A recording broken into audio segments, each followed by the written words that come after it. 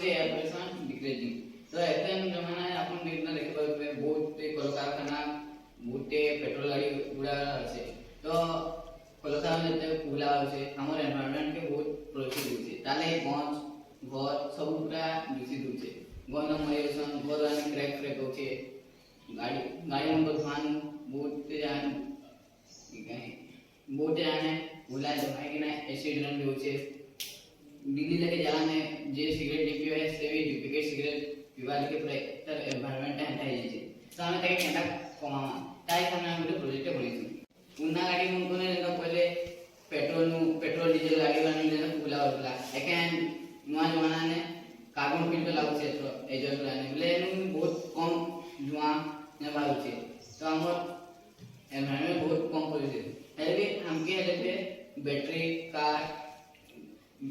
car solar car battery bike तर use करत होता जेतु भी हमर एनवायरमेंट आउ बढ़िया है पर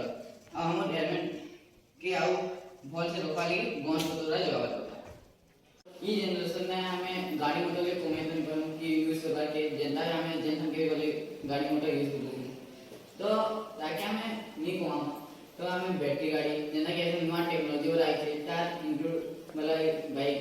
कार सब यूज करा होता जदि हमके सरकारी स्टोर